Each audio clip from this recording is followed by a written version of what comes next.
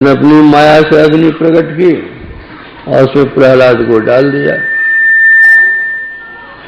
प्रहलाद अपना उस आग में भी भगवान का नाम ले रहा, बैठा हुआ मजा में, बल्कि उस आग की लहर से राक्षस के और लोग सब जलने शुरू हो गए। तो आग से निकल करके प्रार्थना की, भगवान ये जल रहे हैं लोग सब, इनकी रक्षा करो। तो अग्नि शांत हो गई। कहीं कहीं ऐसी भी कथा है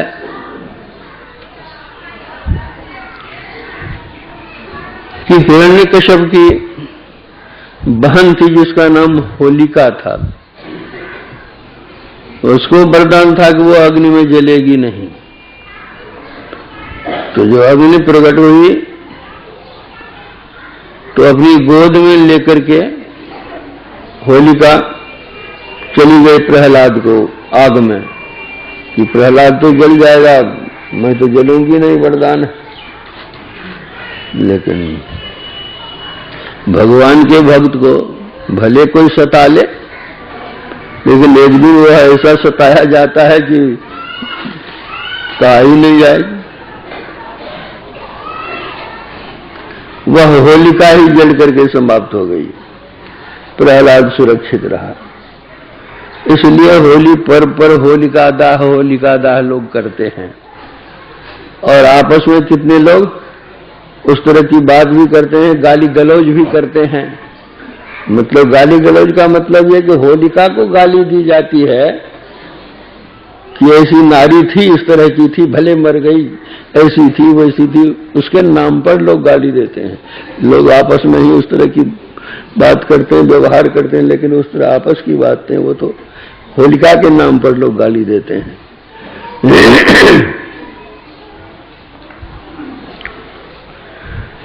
तो पानी में डालने से भी वो मरा नहीं, आग में जलाने से भी वो क्या कहते हैं, जला नहीं। और सबको सिखाने लगा कि देखते हो न हम आग में जलते हैं न पानी में जलते हैं, भगवान की महिमा कैसी है, भगवान का नाम लो। सब राक्षस बच्चे को भगवान का नाम लेना शुरू करा दिया। ये देखा कि हमारा दुश्मन पैदा हो गया, बेटा हुआ कि दुश्मन हुआ। तो एक खंभा में बांध दिया और कहा कि जो कहता कि तुम भगवान सर्वव्यापक है, इस खंभा में है, देखे तुम्हारा भगवान कहाँ है। कहा कि पिताजी मैं तो देखता हूं कि भगवान है और आप नहीं देखते हैं, तो मैं क्या करूंगा। सुन तो अच्छा देखा ये भगवान है। तो एक गर्जन मालूम पड़ी उस खंभा में, कहते सुनते हैं वो भगवान का गर्जन है। बोला भगवान कहाँ है तेरा, अभी हम तो वो बांध करके अभी वैसे नहीं, तलवार से 2 टुकड़े कर दूंगा, देखूंगा कि कहाँ तेरा भगवान है। तो उस खंभे में बांध दिया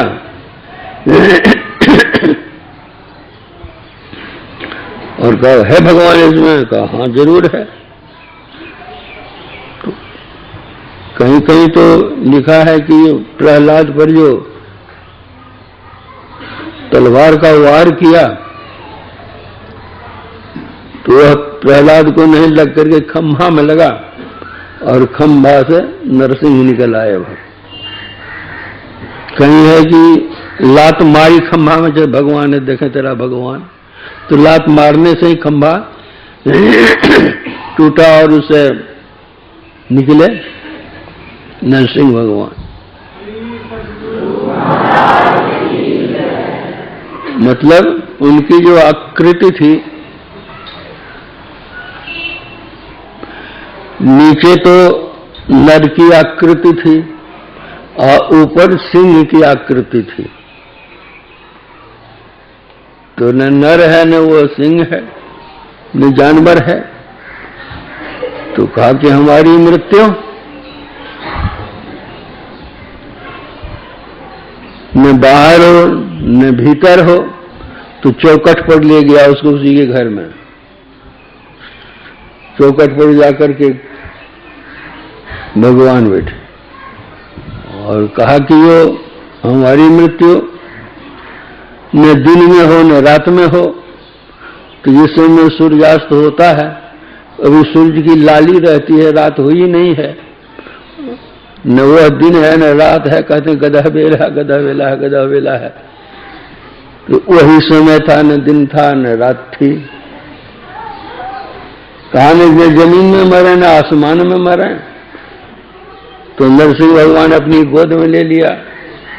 न जमीन है न आसमान है, भगवान की गोद है। कहा किसी अस्त्र शस्त्र से नहीं मरे। तो इधर तो सिंह का रूप था, नख से उसके पेट को बिगाड़ दिया। राम नाम सत्य हो गया।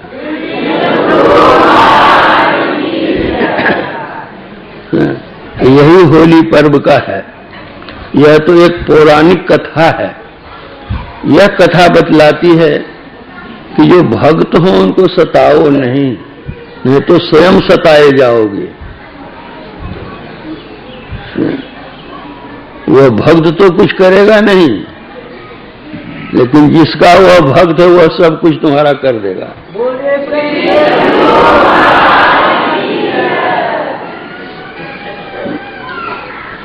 दूसरी बात है, यह तो पौराणिक कथा हुई। दूसरी बात है हम लोगों के संत की होली। रात में मुझे अमेरिका से फोन आया था।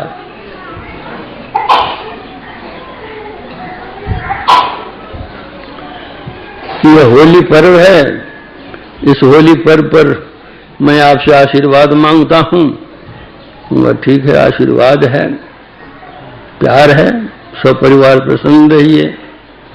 तो आप तो संत हैं, आप लोग होली कैसे मनाते हैं?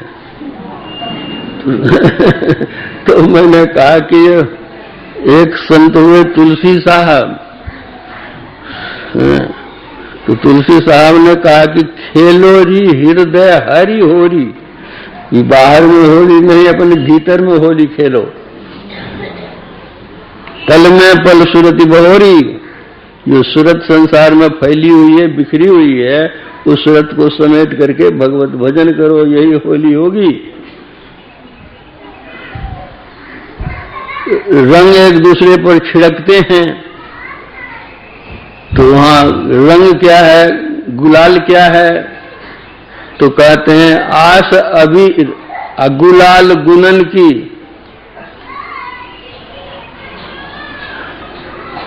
आशा जो संसारिक हमारी है उसको अबीर बना लो, उड़ा दो, आशा छोड़ दो। और गुलाल जो है, त्रैगुण जो है, उसको पार कर जाओ। यह होली खेलो। रंग एक दूसरे पर डालते हैं, कहते बंक नाल रंग माट भरो है, अब पिया पर ले छिड़कोरी। मंगलाल कहते हैं आज्ञा चक्र को, मंगलाल कहते हैं त्रिपुटी को। कहते वहां प्रकाश ही प्रकाश है, वही है रंग। ऐसी साधना करो दृष्टि साधन की कि तुम्हारे अंदर में प्रकाश हो जाए। यह होली है। और होली में लोग गाना गाते हैं, ढोल मृदंग भी बजाते हैं। तो कहते हैं जब ध्यान करोगे तो अपने अंदर में मृदंग की आवाज मालूम पड़ेगी, शंख की आवाज मालूम पड़ेगी, धड़क धुनी शंख बजोरी। तुम्हारे अंदर वह प्रकाश भी होगा और शब्द भी होगा। तो इस तरह की तुम्हारी साधना हो कि उस प्रकाश को पाओ। दृष्टि साधन करो अच्छी तरह से, अपने अंदर के नाद को पकड़ो और वह नाद तुमको ले जाएगा। कहां से? जहां से वह आया है। वह नाद आया है परमात्मा के पास से ही, वह खींच करके परमात्मा के पास ले जाएगा तुमको। बाहर में तो कुछ द्वैत भाव रहता है, लेकिन वहां जाओगे अद्वैत हो जाएगा। बाहर में जो हम प्रेम करते हैं एक न एक दिन प्रेम तो वो टूटेगा। चाहे हम जिस किसी से भी करें वो प्रेम एक दिन छूटता है, टूटता है।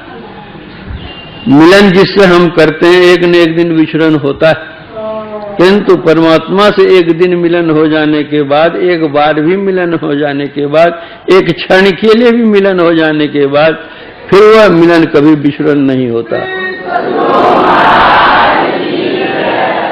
संत कबीर साहब ने अपना अनुभव कहा है, न पल बिछड़े